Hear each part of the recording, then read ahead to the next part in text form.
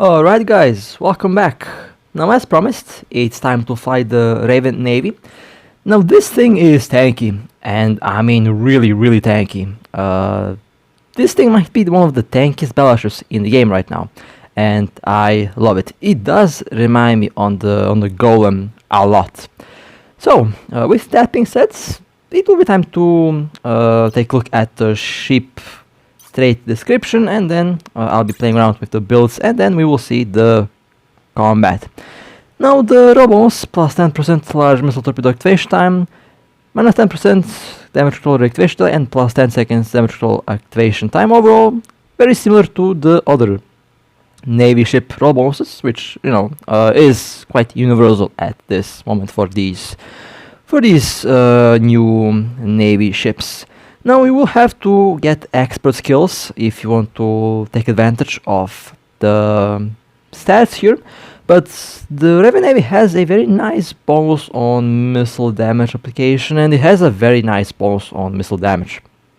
So you definitely want to get that expert skill as high as possible in order to get the damage bonus for this ship. 2 drones, 7 high slots, 4 medium slots, 6 low slots, 3 combat and 3 engineering rigs. Now the Raven Navy is primarily a shield tank, but this thing also has some very nice armor resistance, but I wouldn't rely on armor. You get 42,000 in shield, so this thing is a very tanky little boat. Fantastic pastor, the recharge time 901 seconds, recharge rate 30.73 is okay. It can lock 8 targets, the signature radius 339.7 meters. The Raven Navy isn't the fastest, it's actually, I would say, the slowest, but again, this thing is ridiculously tanky, and it can have a lot of shield. Now, you might chuckle a little bit looking at this beautiful DPS. I know, that's a very low DPS. I blame my skills. I don't have the expert skills where they should be. So yeah, that's the main reason for that. And this is not my ship. I borrowed this ship from my friends, and well, that means I have to return the ship back in one piece. But this is a very interesting build. I would say they use this build. My friend uses this build, and they said that this is still a build in progress, so they will probably change the rigs and modules as time goes on. So I'll be changing the rigs, and I'll be showing you the tank and the potential DPS built on the Raven Navy. Now as for the nanocores, you have a lot of options. You can use the nanocore that you had from your Raven or Raven Striker. It will work on this ship as well, so you don't have to worry about buying a new nanocore, because the old ones work just fine on this ship. And you have a lot of options to choose from. When I do the in-depth review of the ship, when I go do 1v1s with other Navy ships, I'll be using one of these nanocores, and I will be showing you different builds with integrations and all things like that. But since the test server is not working, I will show the ships over here first, and then when the test server is back up, then I can be a bit more creative with the builds, and then I can give you some crazy ideas to to do with your own ship. Now this is the tank build. I changed the rigs, and I have focused on EM, anti-EM, anti-thermal, and I have also increased the shield volume of this ship. Triple adaptives, 1 damage control, and dual boosters. Undocking. Now let's undock, and let me show you the active stats on this thing. Now I can mention before, the Raven ships, the Raven Striker, Raven, the Tier 9 Raven, and this one are known to be tank ships. They are mostly known for their tank. and I would say they are definitely one of the tankiest ships in tankiest battleships in the game right now. So let me quickly readjust all the different modules so that it looks a bit better on the overview. Okay, there we go. And now let me turn on the adapters. I like the whole design. I mean, these ships are pretty. They did a good job with designing them, although I still wish that it looked like a Golem, but can't complain. It has the tank of a Golem. 667,000 hit points, 88, 91, 88, and 90%. Pretty good. Nice and tanky, as I like to say. With the damage control, 1.9 million, 96, 97, 96, and 97%. You have to remember, this is a active tank. So yeah, this will be... I don't know how long it will take to kill something like this. I definitely do not want to fight something like this because it will take a couple of years to go through its tank. A Balgorn might be the way to go because you can kill its capacitor, but anything else might struggle because again, the Raven lineup of ships has a very, very good capacitor. Now you can do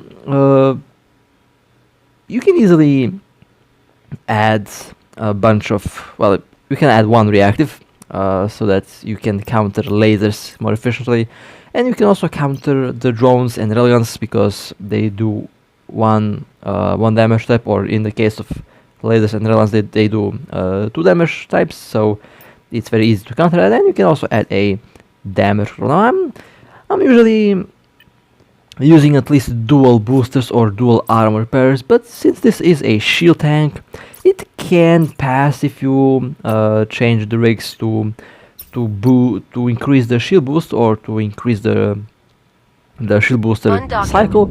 So if you roll a highly integrated Navy Raven, then a build like this is going to be quite interesting. And when I can do a full-on integration build, I will show you what I'm talking about.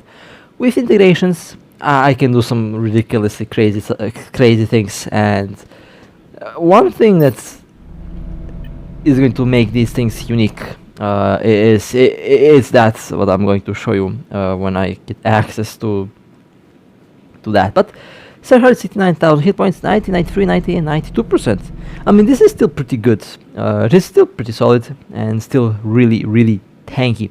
You have to remember that the yellow hardener kicks in when you start taking damage. So this is definitely one of the tankiest battleships that I've seen. That's a wild tank, and you also have the damage control that's activated, and it has 2.2 million hit points, 97% resist on the shield. Well, pretty solid.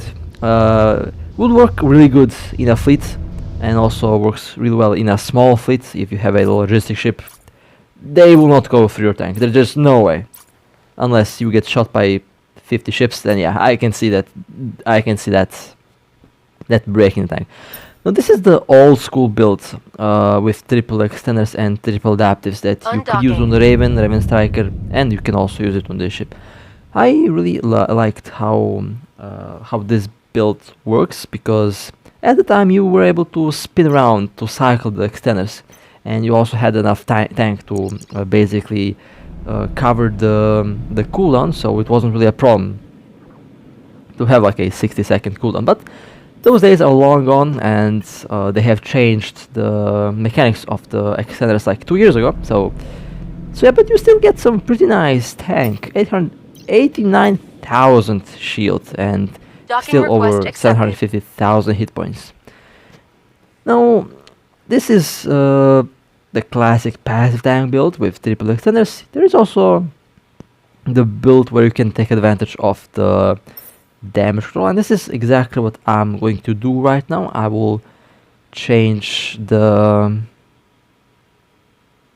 extender into 1 damage control, which will give you extra shield resistance, but the shield volume will be a little bit lower. Now I'm one of the pilots who prefers to have more resistance over over shield volume, but ideally I like to combine both. And again, with integrations I can combine both, and with integrations I would break 120,000 shields, and the tank on this thing would be a million. Again, I'll show that when I get my hands on this ship on the test server, because currently it's not working properly, so I have to wait for that to be updated. 391,000 hit points, 88, 91, 88, and 90, still pretty solid. And you can also activate the damage control, 2.3 million hit points. Again, pretty wild and pretty good. I love it. Okay, let me knock, and let me change the build again. Accepted. Now, I never really did one extended on any ship, but I can kind of see it working on this thing. So I'll remove. I think I'll remove. Yeah, I will remove that extender and the damage control. Let me scroll down and let me find a reactive. Now a build like this will work really well again against single damage types like lasers, railguns, my apologies, like drones, and dual damage types like lasers and railguns. And the damage control is there to basically be a panic button. Although honestly, 23 seconds of damage control activation, that's really wild. That's literally more time than you need for PvP, for example. 23 seconds, one of the best damage control performance in the game on these ships. It's fantastic, honestly. It's really good. It's really fantastic. Okay, let's turn on the adaptives and that one single reactive, and now let's take a look at the tank. 842,000 hit points, 93, 90, and 92%. Oh, how lovely! I love it. I mean, this just screams maraudery in my face. I mean, the Golem is known to be a brick in EVE Online, and this thing, yeah, this thing is a brick.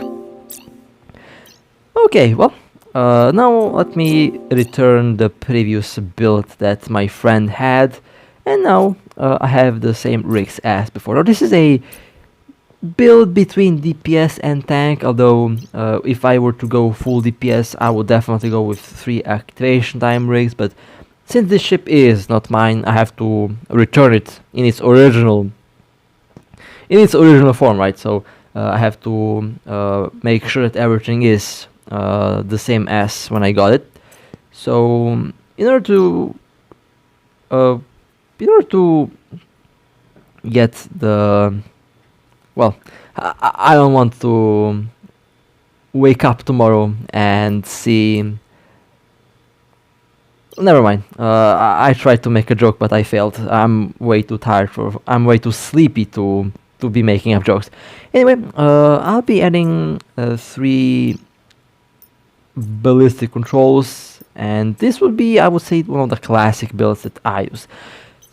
I use this build on the Macariel, on the Megaton Striker. I showed you this build on the Tempest Navy, and I'll show you this build on the Raven Navy. Now I have flawless 1000 DPS. I know, a little bit low, but if you have the skills on level 5, the DPS with this current setup would be about 2580. If you have a nano core, that's about 3000 DPS. And if you have the implant, that also gets increased by a lot. Now this ship has some very nice damage application, and I have been requested to compare the Raven Navy with the Typhoon 2 in terms of damage application, and I will do that, I promise. I'll be comparing the 2 ships. First I have to get the Raven Navy on the test server so that I can basically compare the 2 ships on a equal footing, because in this case I have better skills on the Typhoon than on the Raven, so the Typhoon would perform better. So that's why I need to get my hands on this ship on the test server to basically be fair toward the ships, and so that the performance is compared from a equal footing. Again, skills. The skill requirements for these ships is very high. You have to have the expert skills in order to get the maximum effect out of these ships. But based on my skills, I'm actually pretty happy with my DPS output. I expected it to be much worse, honestly, but it's actually pretty good. Now, the Raven Striker has that issue with the siege mode, where it cannot apply its damage to anything. Docking request And accepted. I think we can kind of say the same thing about this ship as well. The damage application in the siege mode is non-existent. Even if you add like a bunch of missile guidance computers, they will still not help much on the missile velocity and on the missile application. Now it's buffed, quotation marks on that, it's been buffed, but on the grand scale, that huge bonus basically gave the ship like 6 meters per second extra explosion velocity. Which honestly is fine, because these ships, the siege mode on these ships is meant to be used against capitals, meant to be used against structures, so that's their primary target. So I can't really complain about the siege mode being not as good, because after all, the main goal for the siege mode on these ships is to shoot at big stuff. So yeah, that's how that goes. But without the siege mode, it does have some pretty nice performance. I'm not going to complain about the performance. It seems to be pretty good, and I would say if I had all on level 5, I would be more than happy with the DPS output of the Raven. It's a very, very solid boat. It's like the Raven Striker with very similar DPS, but with much better tank. So that's one thing to consider while comparing the ships. And I'll compare it with the Raven Striker. Not a big problem. I will basically give the ships the same build. I'll even do a 1v1 with these ships. Basically, literally, like, we will see. I mean, there is so much more stuff that I planned, but you know, the developers like to troll us, and the test server is not. I mean, it's working, but it doesn't have the ships yet inside, so I can't really, you know, I can fly something that's not added. So yeah, but when they do add them, oh man, it's going to be fun. I mean, I have figured out a couple tricks that I can use in order to basically test out all possible scenarios that I can think of, which I believe will be very crucial and very important while making these videos, because then I can literally replicate every single possible PvP scenario that I can imagine, and that alone made me very excited for the future testing that I'll do, because I can literally give any possible scenario, I can replicate it, and that's going to be very important. So let's see how this little boat performs in how will it perform with 1000 DPS? Well, it won't, and I'm not blaming the ship. I blame myself for not having the right skills for it. But it's fine. I mean, it takes. I've been working on this, by the way. I expected to receive ships that have expert skills, and 2 months after I started skilling into expert skills to max them out. 2 months, and I wasn't fast enough to skill everything. No, I skilled the Tempest. The Tempest is fine. The Tempest run pretty fine, and yeah, but I haven't had the time to skill into the other things, which is kind of funny, because I expected it to happen. I told you guys that we will get ships with expert skills requirement like 3 months ago, and well, here they are. But honestly, I do like that we have received ships that take advantage of the expert skills, because the expert skills up until recently were just, you know, basically there to just give that minor improvements over the advanced skills, because up until recently, like, all ships in the game used expert skills, like, at best. Not many ships, none of the ships used the expert ones. With the Typhoon being literally the only tier 10 battleship that uses the basic skills, I don't know why. Like, literally every other tier 10 and faction battleship in the game use advanced skills, and there is the Typhoon 2 chilling with basic skill requirements. I mean, I love that ship. The Typhoon 2 might be the best battleship in the game right now. The best battleship just because it's so simple to fly, doesn't require some fancy skills. Just have the basic skills that you have on the Typhoon, on the tier 9 Typhoon, and just get the tier 10 Typhoon, and you get basically the same bonuses. I mean, yeah, it's still the only I'm checking it in the background. The only boat, the only battleship that has basic skill requirements that's tier 10 is the Typhoon 2. Why is that the case? I have absolutely no idea. I mean, Hyperion, let's see, advanced, Dominic's 2, advanced, let's see, Abaddon, advanced, Armageddon 2, advanced, okay, let's see, Maelstrom, advanced, Rock, advanced, Scorpion 2, advanced, Typhoon 2, basic. I love that ship so much. It's insane. I know why, and I haven't had a explanation to that. I mean, I honestly have no idea why the Typhoon 2 is the only battleship that has, like, the only tier 10 battleship that has, like, basic skill requirements. I'm not complaining. I love it. I mean, you guys probably know that, but yeah. The Typhoon 2 is definitely a unique one. It's very difficult to compete with the Typhoon because the Typhoon 2 is so simple to skill into. It's incredible. It's incredible how simple it is to skill into the Typhoon 2. It definitely is one of my top favorite battleships in the game, just because of how simple it is to get that thing up and running. And it has literally the best damage application in the game. Now, I know I've been told, you guys told me that the Raven Navy, this one, can have potentially better application than the Typhoon 2. So it would be very interesting to see, to compare them, how they work, and I'll do that again. I'll do that. So, is the Typhoon 2 going to be dethroned as the king of missile damage application?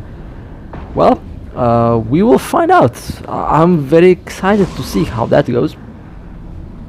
I'll ask you guys to tell me what you think about that, which one will end up applying more damage. I mean, it's one thing to look at the numbers, but you know me, I like to push things to the absolute limit, and I can come up with some very crazy builds that will make the difference in application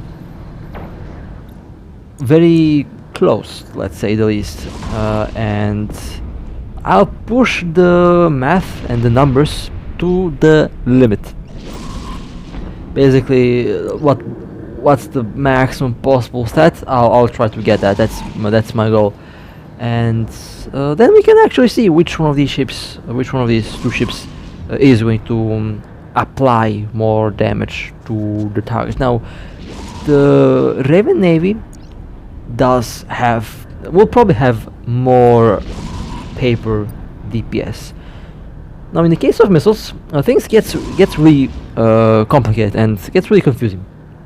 When I say confusing, you have, let's say, a missile ship with 10,000 DPS, but a 5,000 DPS battleship will outperform it. And I'm wondering, well, how is that possible? Well, that 5,000 DPS battleship is applying full damage, while that battleship with 10,000 DPS is, let's say, applying 20% of its damage, so it does 2,000.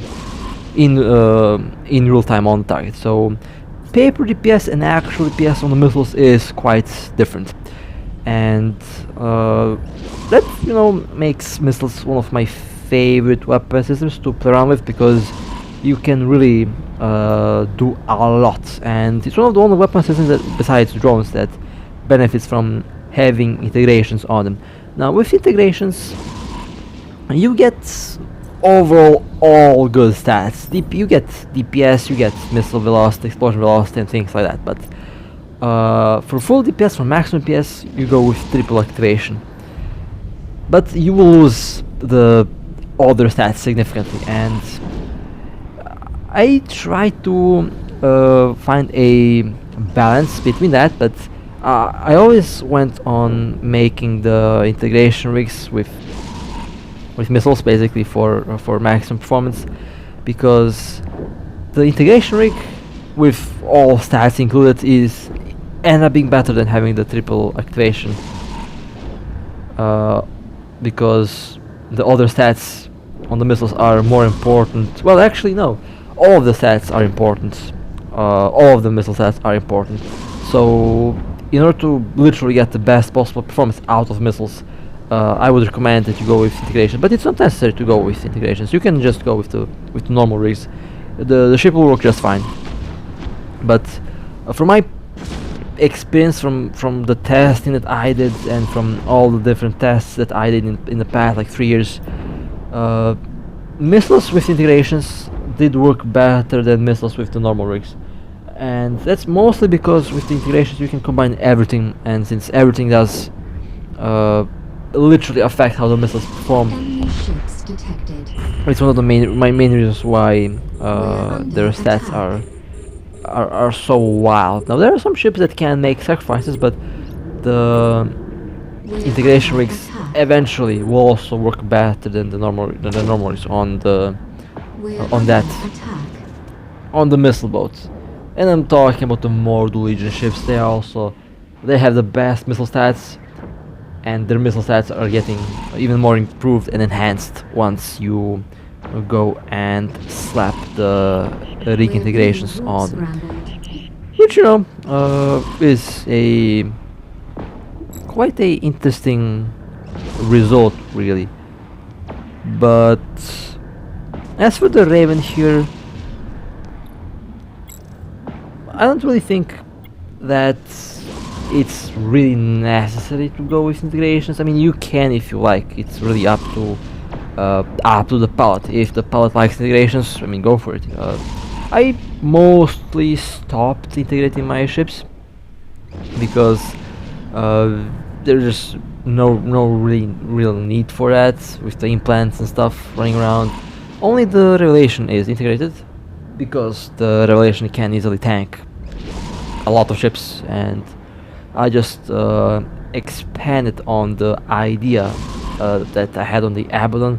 I mean, the Abaddon is a mini Revelation, basically, so they do work in a very similar way, and I'm pretty happy with how that turns out to be. Also, I'm going to be very happy to see how the other Navy ships will perform. I mean, I'm honestly very happy with the Raven Striker. You might be, well, you have only like 1000 DPS. Well, yeah, with bad skills. If I had good skills, this thing would wreck. But in any case, I'm still more than happy with this ship's performance. It is definitely a very nice little upgrade over the Raven Striker.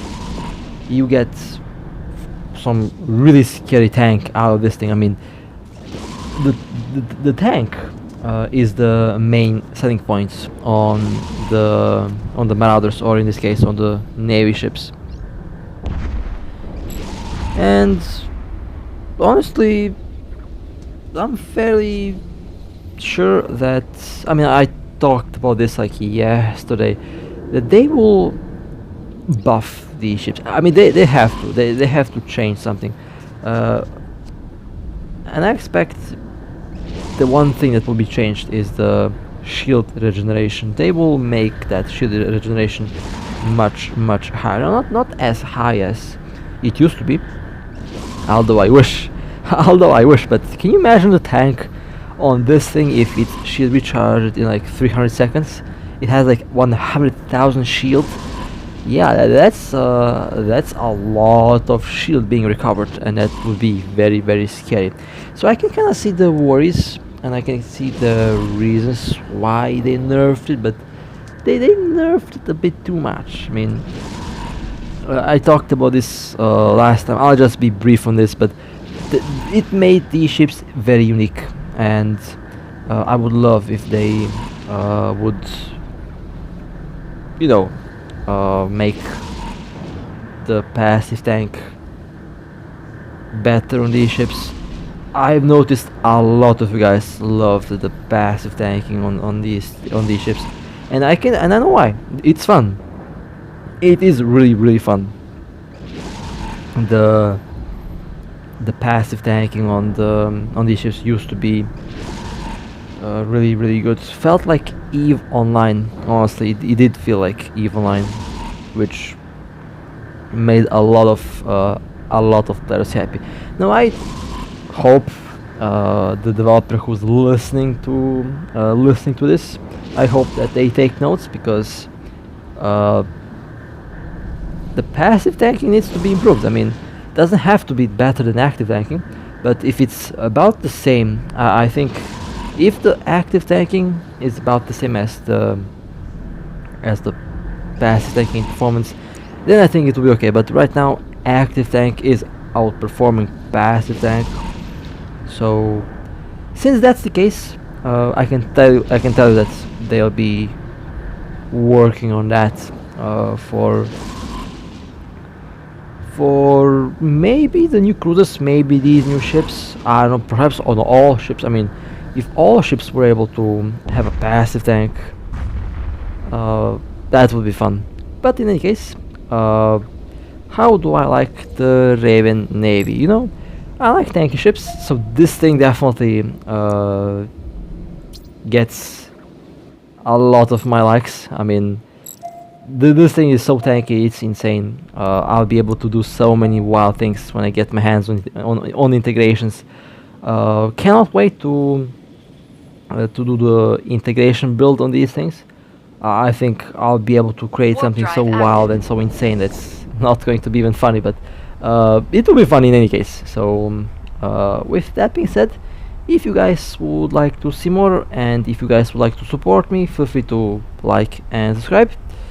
And well, with that being said, stay safe, fly safe, and as always, I'll see you next time.